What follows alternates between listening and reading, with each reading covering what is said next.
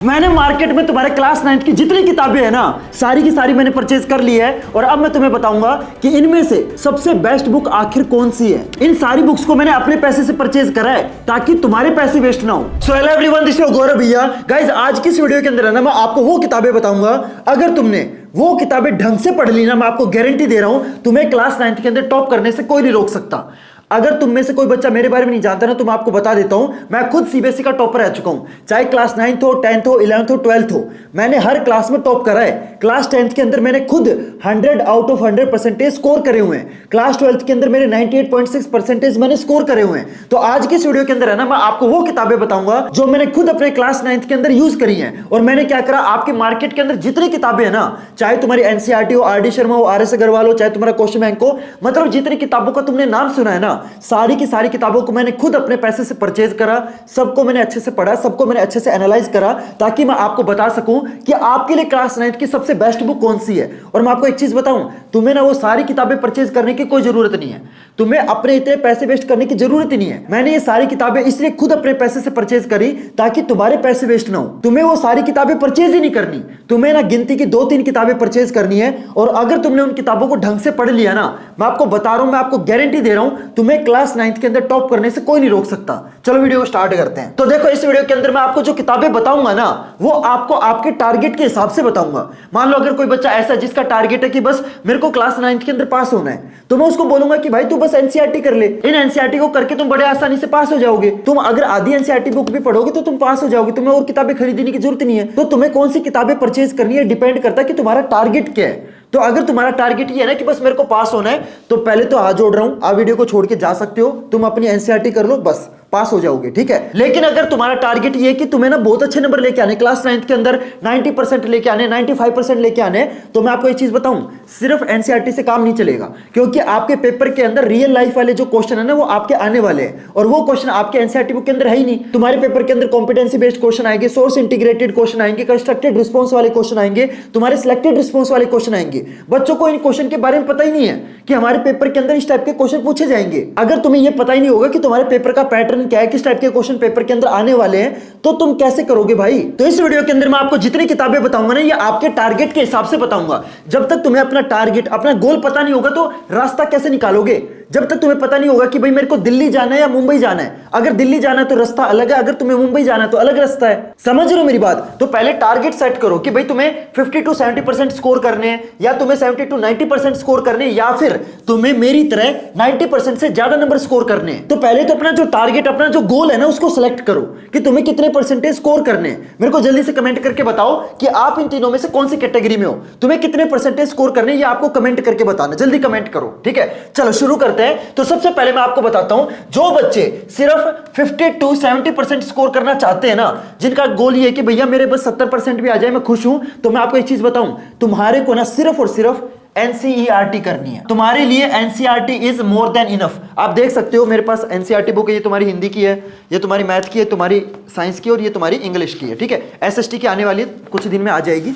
तो अगर तुम ऐसे बच्चे हो ना जिसको सिर्फ 50 to 70% स्कोर करने, जो ऐसा है कि भाई मेरे अगर 70% भी आ जाएंगे ना मैं खुश हूं, तो मैं आपको एक चीज बताऊं, सिर्फ और सिर्फ तुम है ना एनसीईआरटी भी कर लोगे ना, तुम बड़े आसानी से 50 to 70% स्कोर कर लोगे। तुम्हें कोई और किताब, एक्स्ट्रा किताब लेने की कोई जरूरत नहीं है। देखो मैं आपको एक चीज बता दूं, ये वीडियो बिल्कुल भी स्पॉन्सर्ड नहीं है। मैंने आपके मार्केट में जितनी किताबें आती है ना, सारी की सारी मैंने खुद अपने पैसे से परचेज करी है। सबको मैंने पढ़ा है, सबको मैंने अच्छे से एनालाइज करा है, उसके बाद मैं आपको बता रहा हूं। अगर ये वीडियो स्पॉन्सर्ड होती है ना तो मैं आपको पहले ही बता देता कि भाई ये वाली किताब ले ले। मैं आपको हाथ जोड़ के बोल रहा हूं, अगर तुम्हारा टारगेट ये है कि भाई मेरे को बस 70% स्कोर करने हैं ना, मैं आपको बता रहा हूं एनसीईआरटी कर लो, बहुत है। इसके अलावा तुम्हें और कुछ करने की जरूरत नहीं है। क्लियर, ये समझ गए। लेकिन अगर तुम ऐसे बच्चे हो जिसका टारगेट ये है कि भैया मेरे को ना 70% से 90% के बीच में स्कोर करना है, तो यार उस केस में ना आपको कोई ना कोई रेफरेंस बुक लेनी पड़ेगी। क्योंकि जैसे देखो तुम्हारी जो मैथ की बुक है ना, कितनी पतली सी बुक है, इसके अंदर बहुत ज्यादा क्वेश्चन है ही नहीं, और math is all about practice. जितने क्वेश्चन की प्रैक्टिस करो उतना कम है, और आपकी बुक के अंदर लिमिटेड क्वेश्चन है, तो आपको कोई ना कोई रेफरेंस बुक लेनी पड़ेगी। लेकिन अब कौन सी रेफरेंस बुक आपके लिए सबसे बेस्ट है ना, वो मैं आपको बताता हूं। तो देखो, हम जो रेफरेंस बुक सिलेक्ट करेंगे ना, वो कई पैरामीटर के बेसिस पे सिलेक्ट करेंगे। सबसे पहला पैरामीटर होगा आपका प्राइस, ठीक है। दूसरा होगा आपका क्वालिटी ऑफ क्वेश्चंस। तीसरा पैरामीटर होगा क्वांटिटी ऑफ क्वेश्चन, कि भाई हम बुक ले रहे हैं उसके अंदर कितने क्वेश्चंस है, उनकी क्वांटिटी कितनी है। और जो चौथी चीज है ना, ये सबसे सबसे इंपॉर्टेंट है, मतलब 90% किताबों के अंदर वो वाले क्वेश्चन है ही नहीं जो आपके पेपर के अंदर पूछे जाते हैं। क्योंकि मैं देख रहा हूं बहुत सारी किताबों के अंदर है ना प्रीवियस ईयर क्वेश्चन दे रखे हैं। भाई तुम्हारा सिलेबस चेंज हो गया, प्रीवियस ईयर क्वेश्चन का क्या करोगे, कोई सेंस बन रही है। और बच्चे क्या कर रहे हैं, वो PYQ वाली किताब खरीद रहे हैं। भाई अपने नए टाइप के क्वेश्चन की प्रैक्टिस कर लो, वही तुम्हारे पेपर के अंदर आने वाले हैं, समझ रहे हो। तो चौथी जो चीज है ना, जो कि सबसे इंपॉर्टेंट है, that is new type question, जो कि एग्जैक्टली आपके पेपर के अंदर पूछे जाएंगे। अगर तुम ये नए टाइप के क्वेश्चन की प्रैक्टिस नहीं करोगे ना, मैं आपको एक चीज बताऊं, तुम्हारे पेपर के अंदर 70% से ज्यादा जो पेपर बनेगा ना, वो आपका इन नए टाइप के क्वेश्चन से बनेगा। चाहे तुम्हारे कॉम्पिटेंसी बेस्ड क्वेश्चन है, सोर्स इंटीग्रेटेड क्वेश्चन है, कंस्ट्रक्टेड रिस्पॉन्स वाले क्वेश्चन है, सिलेक्टेड रिस्पॉन्स वाले क्वेश्चन है, असर्शन एंड रीजन वाले क्वेश्चन, ये जितने भी आपके नए टाइप के क्वेश्चन है, ये आपके एनसीईआरटी बुक के अंदर है ही नहीं। तो तुम्हें कोई ना कोई रेफरेंस बुक लेनी पड़ेगी। लेकिन अब कौन सी रेफरेंस बुक लोगे वो मैं आपको बताऊंगा। तो देखो ये हमारे 4 पैरामीटर है जिसके बेसिस पे मैंने आपकी जो बुक है ना वो चूज करी है। तो सबसे पहले मैं आपको ना मैथ की किताब बताता हूं। तो देखो अगर आपको मैथ में 70 to 90% स्कोर करने हैं ना, सबसे पहले आप क्या करोगे, ये जो आपकी एनसीईआरटी जो आपकी गणिता मंजरी है ना, ये आपको अच्छे से करनी है। जब ये हो जाए ना, इसके बाद आपको कोई पब्लिकेशन का एक क्वेश्चन बैंक लेना है। सबसे बेस्ट क्वेश्चन बैंक जो मेरे को पर्सनली लगा, दैट वाज दिस। और आप देख सकते हो मेरे पास है, ये मैंने अच्छे से पढ़ा, अच्छे से एनालाइज करा, उसके बाद मैं आपको रेकमेंड कर रहा हूं। ओसवाल क्वेश्चन बैंक के अलावा मार्केट में ऐसा एक भी क्वेश्चन बैंक नहीं है जिसके अंदर कंस्ट्रक्टेड रिस्पांस वाले क्वेश्चन हो, सिलेक्टेड रिस्पांस वाले क्वेश्चन हो, तुम्हारे सोर्स इंटीग्रेटेड क्वेश्चन हो। बहुत सारी किताबों के अंदर है ना आपको कॉम्पिटेंसी बेस्ड क्वेश्चन तो मिल जाएंगे, लेकिन ये जो आपके नए टाइप के क्वेश्चन है ना, ये आपको दे नहीं रखे। मार्केट के अंदर अकेली यही एक ऐसी बुक है जिसके अंदर आपको नए टाइप के क्वेश्चन मिलेंगे। बाकी देखो यार, आपकी मर्जी, आप इस बुक को जहां से लेना चाहो वहां से ले सकते हो, लेकिन अगर आप इस बुक को मेरे डिस्क्रिप्शन वाली लिंक से लोगे ना, तो आपको एक बुक के ऊपर 150 रुपए का कैशबैक मिलेगा। बाकी देखो आपकी मर्जी है, जहां से लेना चाहो वहां से ले सकते हो, आपकी मर्जी है, ठीक है। इस बुक को परचेज करने का जो लिंक है ऑलरेडी मैंने आपको डिस्क्रिप्शन बॉक्स में दे रखा है, वहां से लोगे तो आपको 150 रुपए का फायदा होगा, ठीक है। मेरा फर्ज था बताना, वो मैंने आपको बता दिया। Clear everyone. तो मैथ में आपको क्या करना है, पहले आपको एनसीईआरटी करनी है, आपकी जो गणिता मंजरी है ये करनी है, और गणिता मंजरी के साथ आपको कौन सा क्वेश्चन बैंक लगाना है, ये वाला लगाना है। क्लियर, मैथ का समझ में आ गया। अगले सब्जेक्ट पे चलते हैं। तो अगला सब्जेक्ट है आपका हिंदी। देखो अगर आपको हिंदी में 70 to 90% स्कोर करना ना, तो मैं आपको बिल्कुल दिल से बताऊं, सिर्फ और सिर्फ है ना एनसीईआरटी कर लो, मोर देन इनफ है। मैं आपको एक चीज दिखाता हूं, मेरे पास है ना ओसवाल का हिंदी वाला क्वेश्चन बैंक भी है, और मेरे पास है ना बहुत सारी किताबें हैं, मैं आपको दिखा देता हूं। मेरे पास ओसवाल की एनसीईआरटी टेक्स्ट बुक भी है हिंदी की, तो मेरे पास ये बुक भी है। अगर ये वीडियो स्पॉन्सर्ड होती ना, तो मैं आपको बोलता कि हिंदी में भी क्वेश्चन बैंक ले लो। मैं आपको मना कर रहा हूं, मैं आपको बिल्कुल दिल से बता रहा हूं, हिंदी में आपको इस गंगा वाली बुक के अलावा कुछ नहीं करना। अगर तुम्हारा टारगेट हिंदी के अंदर 70 to 90% स्कोर करने का है ना, सिर्फ और सिर्फ ये आपके एनसीईआरटी कर लो, मोर देन इनफ है, ठीक है। हिंदी में आपको ये क्वेश्चन बैंक लेने की कोई जरूरत नहीं है। जिस सब्जेक्ट में जरूरत होगी मैं आपको खुद से बता दूंगा। जैसे मैथ में जरूरत थी तो मैंने आपको बता दिया, हिंदी में जरूरत नहीं है। और आप देख सकते हो मेरे पास है ना ओसवाल का क्वेश्चन बैंक भी है हिंदी का, और एनसीईआरटी टेक्स्ट बुक भी है। लेकिन मैं आपको फिर भी बोल रहा हूं, क्यों? क्योंकि ये वीडियो बिल्कुल भी स्पॉन्सर्ड नहीं है। ये सारी किताबें मैंने खुद अपने पैसे से परचेज करी है, मेरा कई हजार रुपए खर्चा लगा है ताकि तुम्हारे पैसे वेस्ट ना हो। तो यार इतना तो बनता है, प्लीज वीडियो को लाइक कर देना, ठीक है। तो हिंदी में आपको क्या करनी है, सिर्फ और सिर्फ जो आपकी ये गंगा बुक है, ये मोर देन इनफ है, ठीक है, समझ गए। अगला सब्जेक्ट आता है आपका इंग्लिश। इंग्लिश में भी मैं आपको सजेस्ट करूंगा कि ये जो कावेरी बुक है ये मोर देन इनफ है। मैं आपको इंग्लिश का भी क्वेश्चन बैंक दिखा देता हूं, मेरे पास ओसवाल का इंग्लिश का क्वेश्चन बैंक भी है। लेकिन मैं आपको फिर भी बोल रहा हूं, इन बुक पे अपना पैसा वेस्ट मत करना। जो बुक जरूरी है ना वो मैं आपको बता दूंगा, ठीक है। हिंदी और इंग्लिश में आपको ये क्वेश्चन बैंक लेने की कोई जरूरत नहीं है। अगर तुम्हारा टारगेट इंग्लिश के अंदर 70 to 90% लाने का है ना, तो NCERT is more than enough. Clear, समझ गए। अगला सब्जेक्ट आता है आपका साइंस। देखो यार, साइंस में आपको क्वेश्चन बैंक लेना पड़ेगा, क्योंकि साइंस में तुम्हारे न्यूमेरिकल है, साइंस तुम्हारा प्रैक्टिस बेस्ड सब्जेक्ट है, समझ रहे हो। मैथ हो गया, साइंस हो गया, ऐसे सब्जेक्ट में ना आपको बहुत ज्यादा क्वेश्चन चाहिए प्रैक्टिस करने के लिए। जब तक आप नए नए टाइप के क्वेश्चन की प्रैक्टिस नहीं करोगे ना, तो आपको कंसेप्ट समझ नहीं आएगा। तो इस टाइप के सब्जेक्ट में आपको कोई ना कोई रेफरेंस बुक लेनी पड़ेगी, और जो सबसे बेस्ट बुक है ना, that is Oswal science question bank. आप देख सकते हो ये एक्सप्लोरेशन वाला क्वेश्चन बैंक है। मैंने इसको बहुत अच्छे से पढ़ा है भाई, मैंने 2 दिन लगाए इस बुक को पढ़ने में, अच्छे से एनालाइज करने में। इस बुक के जो क्वेश्चंस की क्वालिटी है ना, मतलब बच्चों को ना कंसेप्ट सोचने पे मजबूर कर देगी। मतलब अगर आप इस बुक के क्वेश्चन देखोगे ना, आप लिटरली इंप्रेस हो जाओगे। इतने बढ़िया क्वालिटी के क्वेश्चन है ना, मतलब क्या ही बताऊं, मतलब इससे बढ़िया क्वेश्चन बैंक मेरे को नहीं लगता कोई और मार्केट में होगा। मैंने तो यार मतलब 6 से 7 पब्लिकेशन के क्वेश्चन बैंक देख लिए, बहुत महंगे महंगे भी देख लिए, अच्छे से मैंने उनको पढ़ा, अच्छे से एनालाइज करा, और सबको अच्छे से देखने के बाद मेरे को समझ में आया कि यार सिर्फ है ना ज्यादा पैसे भर के अच्छी किताब नहीं आती, मतलब वो किताबें इससे डबल रेट में थी, लेकिन उनके क्वेश्चंस की क्वालिटी उतनी अच्छी नहीं लगी मेरे को। तो मैं आपको रेकमेंड करूंगा कि आप प्लीज है ना साइंस में ये वाला क्वेश्चन बैंक लेना, ये सबसे बेस्ट है, ठीक है। और देखो अगर आप इस क्वेश्चन बैंक को भी मेरे डिस्क्रिप्शन वाले लिंक से लोगे ना, तो आपको इस क्वेश्चन बैंक के ऊपर भी आपको 150 रुपए का कैशबैक मिल जाएगा।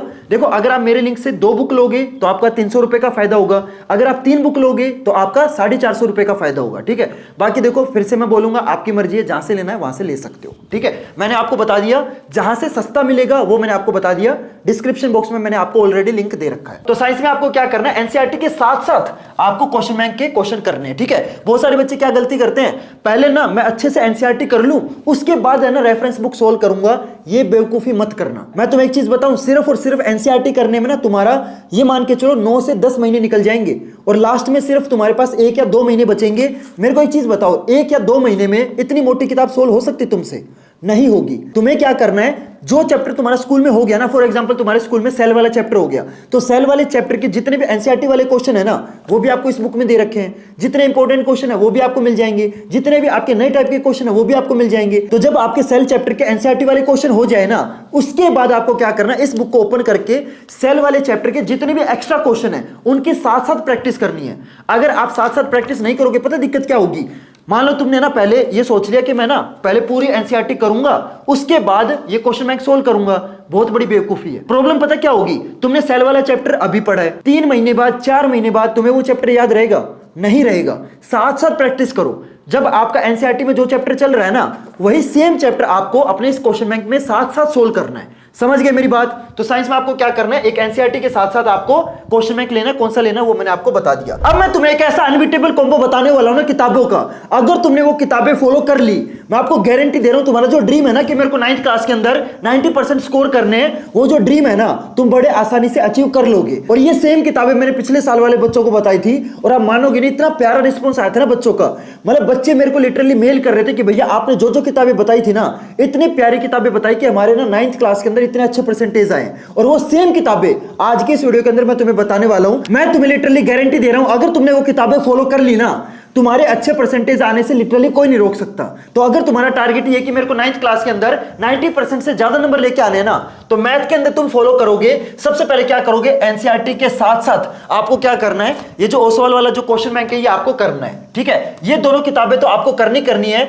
साथ में आप है ना या तो आर डी शर्मा या आर एस अग्रवाल, इन दोनों में से अगर आप एक किताब और ले लोगे, मैं आपको बता रहा हूं सोने पे सुहागा हो जाएगा। अब देखो यार, हम सब मिडिल क्लास से आते हैं, तो मैं आपको ये नहीं बोलूंगा कि आप आर डी शर्मा भी ले लो, आर एस अग्रवाल भी ले लो, उसका कोई सेंस नहीं है, क्योंकि दोनों इतनी मोटी मोटी किताबें आप सोल्व ही नहीं कर पाओगे। समझ रहे हो, मतलब पहले एनसीईआरटी करना, फिर उसके बाद ओसवाल का क्वेश्चन बैंक करना, फिर आर डी शर्मा करना, फिर आर एस अग्रवाल करना। अगर इतनी चीजें करोगे तो फिर बाकी सब्जेक्ट कब पढ़ोगे, राइट। तो मैं सजेस्ट करूंगा कि आप है ना या तो आर डी शर्मा या आर एस अग्रवाल, इन दोनों में से एक ही लेना। अब बहुत सारे बच्चे बोलते हैं भैया कि हम इन दोनों में से कौन सी किताब लें, अगर हमें इन दोनों में से एक ही किताब परचेज करनी है तो हम इनमें से कौन सी वाली परचेज करें, कौन सी बेटर है, आर डी शर्मा बेटर है या आर एस अग्रवाल बेटर है। तो देखो यार, मेरे को तो 8 साल हो गए पढ़ाते हुए, तो मैं तो दोनों ही किताबों का बहुत बड़ा फैन हूं और दोनों ही ऑथर का भी बहुत बड़ा फैन हूं।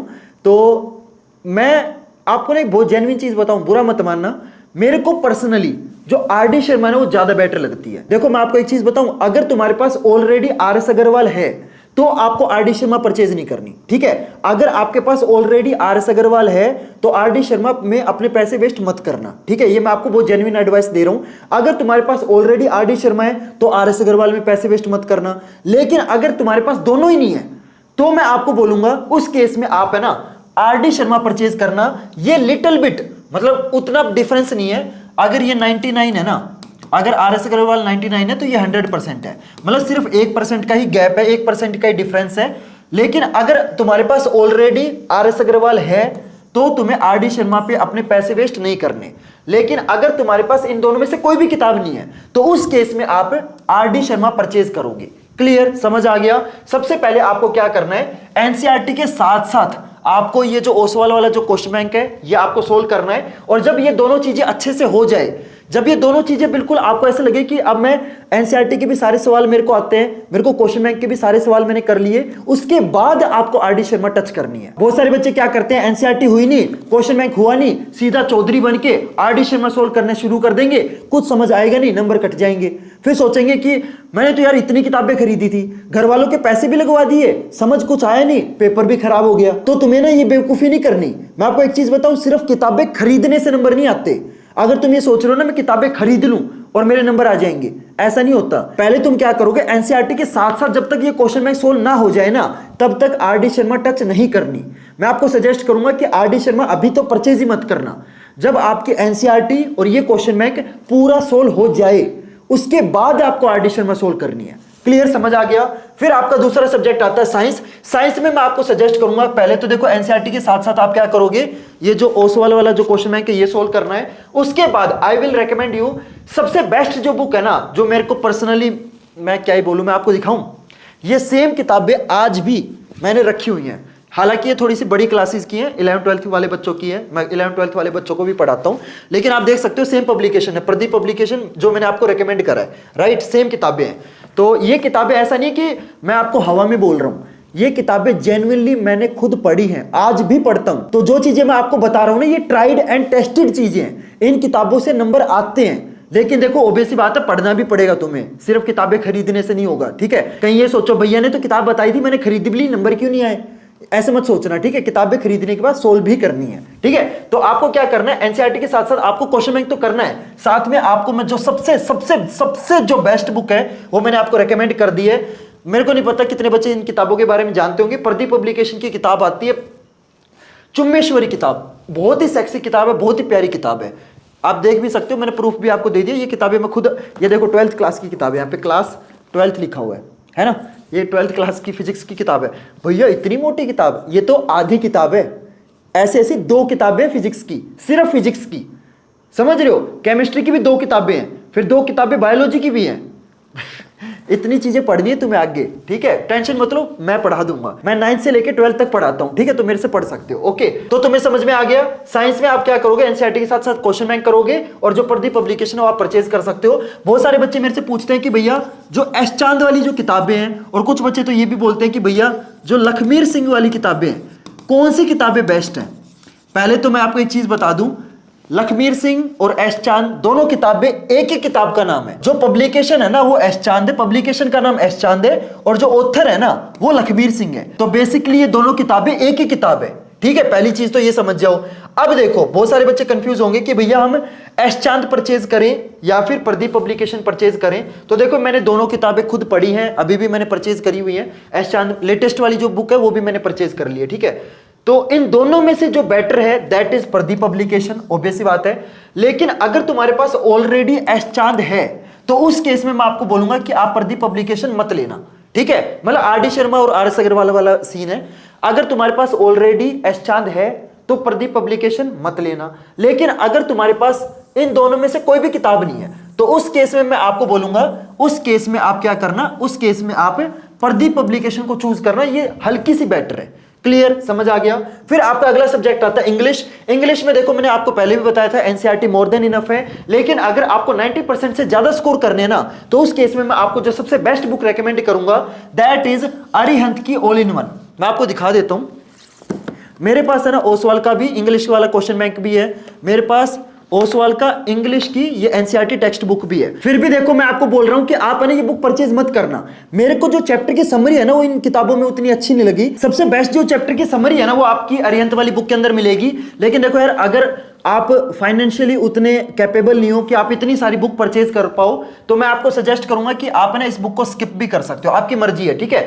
लेकिन जो बुक लेनी ही लेनी है वो मैंने आपको बता दिया, वो आपको ये साइंस वाला क्वेश्चन बैंक ले लेना और एक आप ये मैथ वाला क्वेश्चन बैंक ले लेना, बस। देखो ये किताब अच्छी किताब है, बुरी किताब नहीं है ये, लेकिन अगर तुम्हारे फाइनेंशियल कंस्ट्रेंट्स है, तुम इतना पैसा नहीं लगा सकते, तो मैं आपको बोलूंगा आप ये जो किताब है स्किप भी कर सकते हो, ठीक है। फिर अगला सब्जेक्ट आता है आपका हिंदी। हिंदी के अंदर मैंने आपको दिखाया था, हिंदी का भी मेरे पास ओसवाल का क्वेश्चन बैंक है। लेकिन मैं आपको फिर भी बोलूंगा कि अगर आप हिंदी में कोई ना कोई किताब लेनी है, पहली चीज तो देखो एनसीईआरटी मोर देन इनफ है। लेकिन अगर आप ये बोल रहे हो कि भैया मेरे को तो आप कोई ना कोई बुक बता ही दो, मतलब मेरे को तो लेनी है, कोई ना कोई रेफरेंस बुक मेरे को हिंदी में लेनी है, मेरे को तो अपने पैसे वेस्ट करने हैं, मेरे पास तो दुनिया भर का पैसा है, ठीक है। अगर वो केस है ना तो मैं आपको रेकमेंड करूंगा कि हिंदी में जो गोल्डन हिंदी है ये काफी अच्छी किताब है, लेकिन इस बार की जो हिंदी वाली जो किताब मतलब इस सेशन की जो आई है ना ये मेरे को पर्सनली उतनी अच्छी नहीं लगी। इसकी जगह मैं आपको रेकमेंड करूंगा कि जो ओसवाल का जो क्वेश्चन बैंक है ना ये भी आप ले सकते हो। मैं आपको दिखा भी देता हूं, मेरे पास है ना ओसवाल का ये जो R1 वाला जो क्वेश्चन बैंक है ये भी है और ये R2 वाला क्वेश्चन बैंक भी है, ठीक है।